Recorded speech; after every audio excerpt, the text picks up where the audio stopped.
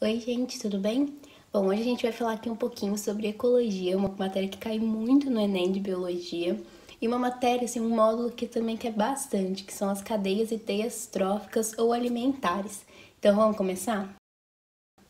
Primeiro falando das cadeias alimentares, o que elas são? Elas são sequências lineares de transferência de energia. Por quê? Porque quando a gente come alguma coisa, a gente come para receber a energia daquilo. Então, se a gente come uma carne, a gente está comendo para pegar a proteína daquele alimento e transformar aquilo em energia para a gente conseguir fazer as reações químicas do nosso corpo. Na cadeia alimentar, a gente tem quatro grandes grupos, quatro grandes elementos. Os primeiros são os produtores. Os produtores são os seres autotróficos, eles que vão pegar e transformar transformar a matéria inorgânica em orgânica. E com isso eles vão produzir a energia. Eles são o nível que tem mais energia na cadeia alimentar, porque eles que estão produzindo. Depois a gente vai ter os consumidores primários. Os consumidores primários, a gente pensa primeiramente sim nos herbívoros, que são os seres que vão comer os autotróficos, vão comer os produtores. A gente pensa nos herbívoros porque a gente normalmente, quando fala de cadeias alimentares, na nossa cabeça vem as cadeias alimentares terrestres. E daí, quem a gente come de produtor, quem a gente olha como produtor são as plantas. Então a gente pensa nos herbívoros. Mas nem sempre é assim, porque se a gente olhar uma cadeia marítima, não vai ser assim. Depois, a gente vai ter os consumidores secundário, terciário, quaternário e assim vai.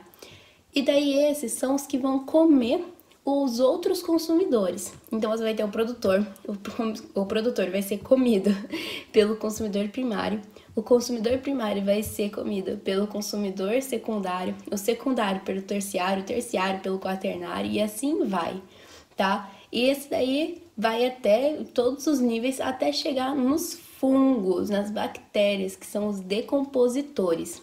Esses daí vão transformar a matéria orgânica em inorgânica para ela voltar para o ciclo, porque daí essa matéria inorgânica vai ser captada pelas plantas, vai ser captada pelos seres autotróficos que vão transformar ela em matéria orgânica novamente, e assim o ciclo nunca para.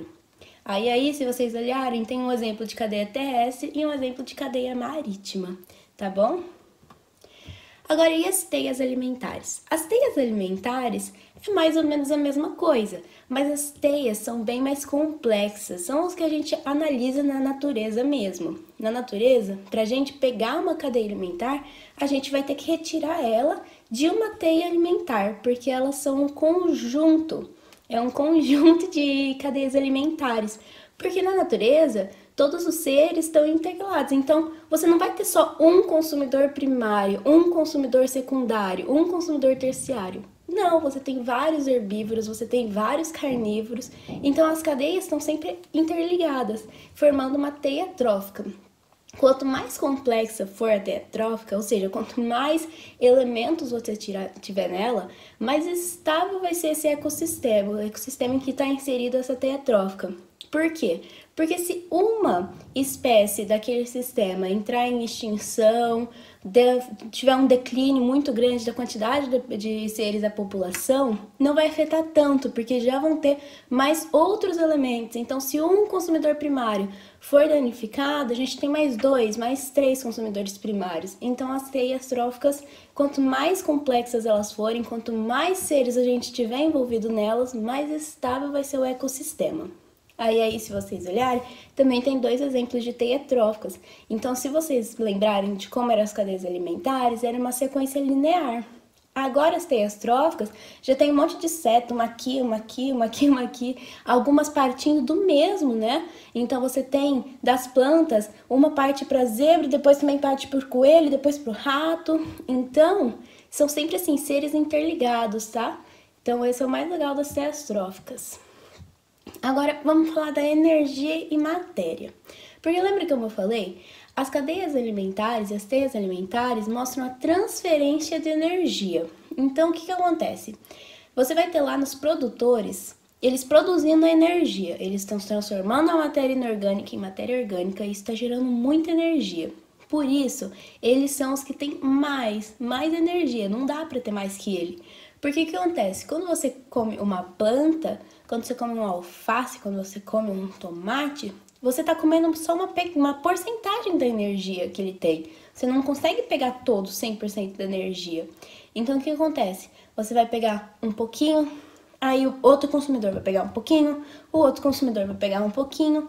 Então, quando você for ver, o que vai pegar menos energia vai ser o último consumidor. Consumidor quaternário, quintenário, esses são os que vão ter menos energia, entendeu? Ela vai seguir o que a gente chama de fluxo unidirecional. Por quê? Porque sempre vai partir do produtor, que é o que tem mais energia, e vai diminuindo, diminuindo e diminuindo a cada nível trófico que passar, tá bom? Agora a matéria. A matéria, a gente vai observar que ela sofre um ciclo, ela nunca vai desaparecer do sistema. Porque o que acontece? Quando a gente pensa nos seres autotróficos, como eu disse antes, eles pegam matéria inorgânica e transformam em matéria orgânica. O que acontece quando vai passando pelos níveis tróficos? Essa matéria orgânica vai sendo consumida, e quando chegar na hora de um decompositor, esse decompositor vai pegar toda a matéria orgânica daquele ser que morreu e vai transformar em matéria inorgânica. E essa matéria inorgânica vai ser consumida pelos produtores, que vão transformar ela em matéria orgânica novamente. Então sempre vai ficar esse ciclo em que os produtores transformam matéria inorgânica em orgânica e os decompositores transformam matéria orgânica em inorgânica, tá bom? Agora a gente tem que falar desse fenômeno, que é a magnificação trófica. O que é isso? Quando a gente pensa nos poluentes, quando a gente pensa principalmente em agrotóxico, eles afetam muito, mas assim, muito mesmo, as teias alimentares e as cadeias alimentares também. Quando a gente pensa, teve um caso muito famoso que foi o inseticida DDT. E ele acabou afetando muito as cadeias alimentares aquáticas. Porque o que acontece? Quando a gente pensa, as algas, que são a base, que são os produtores, né, das cadeias aquáticas, elas consumiam um pouquinho daquele lá. Aí a gente pegava o próximo nível, os consumidores primários, eles consumiam bastante alga. E daí, de cada alga que eles consumiam, eles pegavam um pouquinho de cada alga daquele inseticida. Aí os consumidores secundários comiam vários consumidores primários. E daí o que acontecia? Eles comiam e eles pegavam o inseticida que tinha no consumidor primário. Aí o terciário pegava o que tinha no consumidor secundário. E quando a gente ia ver, os últimos consumidores eram os que estavam mais afetados, porque eles estavam comendo muito inseticida. E, gente, não vamos pensar que só porque é uma cadeia aquática que a gente também não vai ser danificado. Porque, gente, a gente come peixe. Então, se um peixe for lá um consumidor secundário, for um consumidor terciário, a gente também está sendo muito danificado, porque a gente vai estar comendo um monte desse inseticida. Então, assim, esse é um problema que a gente precisa combater. Teve um grande rolo quando teve esse inseticida DDT. Então, dei uma pesquisada, que é uma história, assim, triste, mas bem interessante. E é um fenômeno que, assim, é o contrário da energia. Enquanto na energia, o nível do produtor era o que tinha mais energia, aqui os produtores sempre serão os que vão estar sendo menos danificados. Então, os produtores são os que vão ter menos inseticida, menos poluentes. E quando for passando o nível, mais poluente vai tendo nos seres, porque eles vão comendo os anteriores. Então, sempre vai ter mais. Porque se a alga tem e daí o consumidor primário consome 3 algas, ele já vai ter 3. Aí se o consumidor secundário consome dois secundários, aí você vai, 2 primários, desculpa, ele já vai ter 6. Aí vai assim por diante. Então sempre vai aumentando o nível de poluentes. Agora vamos falar das pirâmides ecológicas. O que são as pirâmides ecológicas? Elas vão mostrar as relações de algumas características, de algumas quantidades que a gente pode analisar nas cadeias e teias tróficas. Então são 3 tipos de pirâmides. A primeira são as de números. O que essas mostram? A quantidade de seres que tem em cada nível. Existem 2 tipos de pirâmides. A primeira é a normal. A normal é o quê? A base ela é mais larga e conforme a gente vai subindo, ela vai ficando mais afunilada. Então é um triângulo mesmo, a base larga e o topo bem pequeno. E tem a invertida, que é o quê? Quando a gente tem a pirâmide ao contrário. Então, o topo aqui é bem largo e o finalzinho aqui vai ficar bem pequenininho. Então, tem pouco produtor para muito consumidor. Mas isso, gente, não desestabiliza necessariamente a cadeia ecológica, porque se a gente pensar, por exemplo, nesse exemplo que tem de pirâmide invertida, nas árvores, uma árvore ela vai ser alimento para vários e várias aves, porque ela vai produzir vários frutos, muitos frutinhos, e daí não pode ser só de um ou dois, vai ter muito mais. Então, uma árvore serve de casa, serve de alimento para várias aves, entendeu? Então, a gente tem que pensar assim, nesse caso, a gente vai ter menos produtor para muito consumidor, mas nem sempre isso desestabiliza, tá bom? A pirâmide de biomassa. O que é isso? Essa pirâmide vai pegar a quantidade de matéria orgânica que tem em cada nível trófico. Nisso daí a gente desconsidera a água, viu, gente? Então, por exemplo, quando a gente vai analisar a nossa biomassa, a gente vai desconsiderar 70% da nossa massa corporal, porque 70% é massa, é água, quer dizer. Então, isso aí seria a massa seca. Então, tudo menos água. E só matéria orgânica também. E elas também podem ser normais e podem ser invertidas. Então, a normal, novamente, a gente vai olhar e vai ver que os produtores vão ter mais biomassa do que os outros níveis. Por quê? Justamente pelo fato da gente retirar a água. Normalmente, quando a gente olha os seres, os últimos consumidores, então os humanos, quando a gente olha uma onça, igual tá nesse exemplo, e vai olhando, a gente vai ver que eles têm mais água, entendeu? Não é porque, olha, nossa, o capim ele é mais pesado que uma onça, óbvio que não. Mas se a gente olhar para o capim, a quantidade de matéria orgânica que ele tem proporcionalmente é maior do que a gente, porque 70% da nossa massa a gente já ignora, porque é a água, entendeu? Por isso que a gente, quando a gente vê a normal, parece até meio estranho, pensando em massa, tipo, nossa, um capim tá lá embaixo. Mas não é, porque eles têm mais matéria orgânica proporcionalmente do que a gente.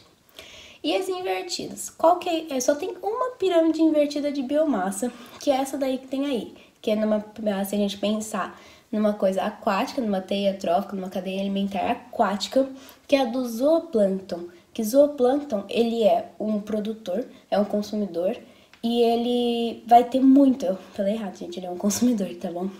E ele vai ter um monte, tipo, uma quantidade de biomassa intermediária, assim, maior do que os produtores e maior do que o consumidor secundário, que é o peixe, tá? Então, é a única pirâmide invertida que a gente tem, que não vai ser o produtor que tem mais biomassa, vai ser o consumidor primário.